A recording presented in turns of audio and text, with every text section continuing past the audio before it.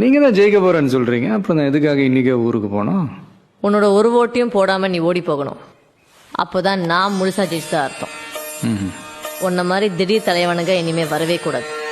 நீ ஓடி போறது அவங்களுக்கு உதாரணமா இருக்கணும். நமக்கு பின்வாங்குற பழக்கம்லாம் இல்லைங்க, நீங்க கிளம்பலாம். அப்போ இங்கே இருந்து நான் பதவி ஏற்றதும் ஒவ்வொருத்தனை சாவறதுப்பா. பாப்பா, இன்னும் நீங்க ஜெயிக்கவே இல்லை, அதுக்குள்ள பழி வாங்குற கனவெல்லாம் காண ஆரம்பிச்சிட்டீங்க. உங்க அப்பா மாசிலாம் பண்ணியிருக்காருல்ல, எலெக்ஷன்ல ஜெயிச்சு பதவி பிரமாணம் செய்யறப்போ எம் மாசிலாமணி என்னும் நான் சொல்லும் போதே ஆப்பு வச்சவங்க நாங்க.